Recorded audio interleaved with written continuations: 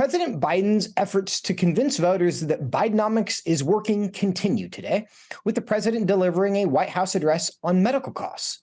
The Biden administration aims to limit access to short-term health care plans in order to drive consumers to more expensive Affordable Care Act plans. This is just another example of Bidenomics in action. With 64% of Americans disapproving of the president's handling of the economy, and many economists expecting a recession between now and 2024, will the president really stake his re-election campaign on the economy? Joining me now to discuss this is Congressman Ron Estes.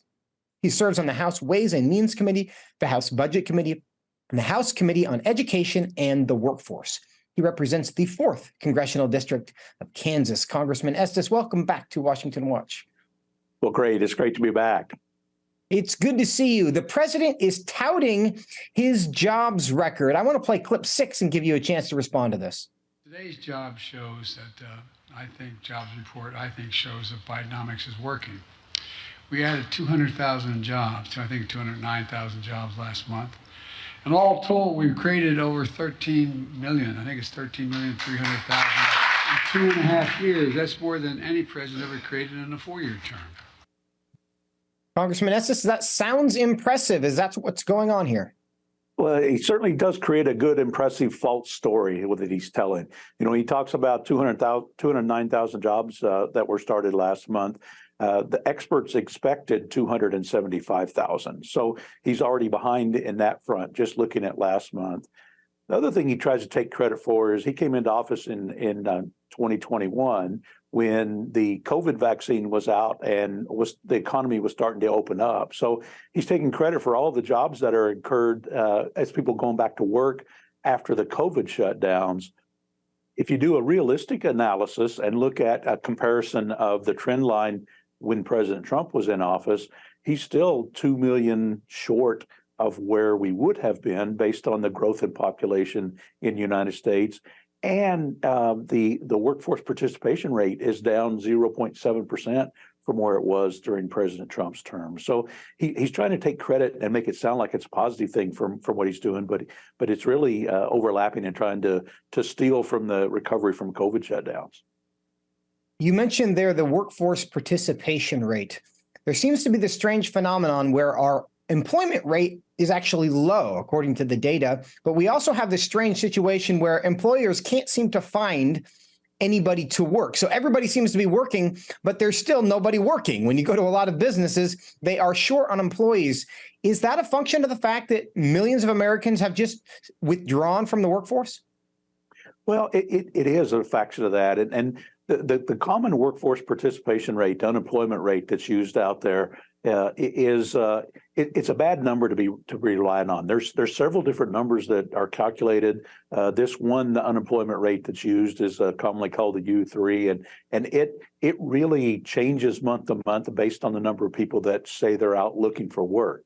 So if people stop looking either because they've given up or because they've taken disability or other things, it's not a true reflection of the number of Americans and the number of people that could be working.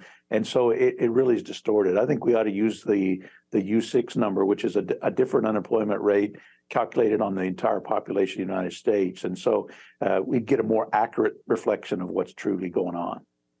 And if we do that, how does that, what does that tell us about where we're at right now? Well, what that would reflect is that that there's more, the unemployment rate is actually higher because more people are out looking for work and being reflective of not working. And so that would show up as there's more people available to fill those jobs. But one of the problems we've got so many benefit programs that are out there that don't require work. You know, so a lot of our SNAP and the food stamp program and some of the other welfare benefit programs don't require workforce participation. And that's one of the things that we got changed in the debt limits, the Fiscal Responsibility Act that was out there, was that states need to enforce those work provisions so that people can get back to work and we can have an active workforce to help our economy grow. We're talking to Congressman Ron Estes from Kansas. Congressman, you have talked a lot about the threat from the national debt recently. The Congressional Budget Office now projects that in 30 years, U.S. debt will grow to $144 trillion, or $1 million per household, more than 4 times the median household net worth. What would that mean for our country? Oh, it'll be a devastating aspect for our country. Right now, what's going on is that the overspending that the federal government's doing. I mean, this fiscal year alone, we're going to spend $1.5 trillion more than what's brought in. And actually, tax receipts are up after the Tax Cuts and Jobs Act. So we're actually having more tax revenue coming in, but the spending is not being halted. And as a result, the debt continues to grow. The deficit continues to grow in spite of the story that President Biden tries to say. He's continuing to grow the deficit every year. And what that reflects is that we're spending money to fund the lifestyle today that people want to live. And we're mortgaging our kids and grandkids and great grandkids' future because they're going to have to pay it back.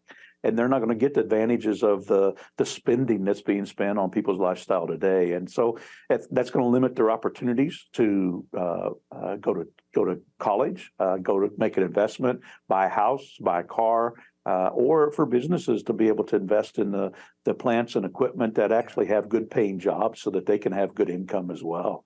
So our debt and deficit's a major problem that we've got to overcome. And when we did the Fiscal Responsibility Act, it was the first time that we've actually made a stab at lowering spending from the prior year. And we've got more work to do. We're not going to solve it all in one year. As we're working on the appropriations for fiscal 2024 now, we're looking at spending at the fiscal 2022 levels. So literally a little over a year and a half ago, we were spending at these levels. And that's what we ought to look at for the future is how do we get this spending curve back in line with our tax revenue? Yeah. And suddenly it's described as a crisis if we go back to our 2022 spending levels. But Congressman Estes, President Biden seems to indicate that he sees some benefit in reducing the deficit. Let's play clip 6. By the way, parenthetically, I want you're going to hear about the deficit. I cut the deficit $1.7 trillion in 2 years. Nobody's ever done that. Cut the debt 1.7. This generates income. It generates growth. Congressman Estes, if cutting the deficit generates income, it generates growth, why is he reluctant to do more of that? Well, cutting the deficit would generate growth, but that's not what he did. I mean, what he's trying to say there is that he's taking credit that instead of spending as much when COVID shut down the country, he didn't spend as much. However, he still spent $1.5 trillion this fiscal year, more than what was being brought in as revenue. So he's still increasing the deficit, increasing the debt for the country. In fact, the budget that he proposed just 3 months ago increased the deficit and the debt by another $17 trillion over the next 10 years. So he's really comparing apples to oranges when he's saying, well, he's not spending as much as what happened during the COVID pandemic. And that is true. But what he doesn't tell you is that during his 2.5 years in office, he spent $6 trillion more than what's been brought in as tax revenue. And that's the piece that's really causing the debt, really causing the problems for us as we move forward in the country and making sure that they're limiting the economic growth opportunities out there. Congressman Estes, a new topic for you. Secretary of the Treasury Janet Yellen was in China today. She's been critical of the Chinese leadership and their treatment of American businesses operating in China.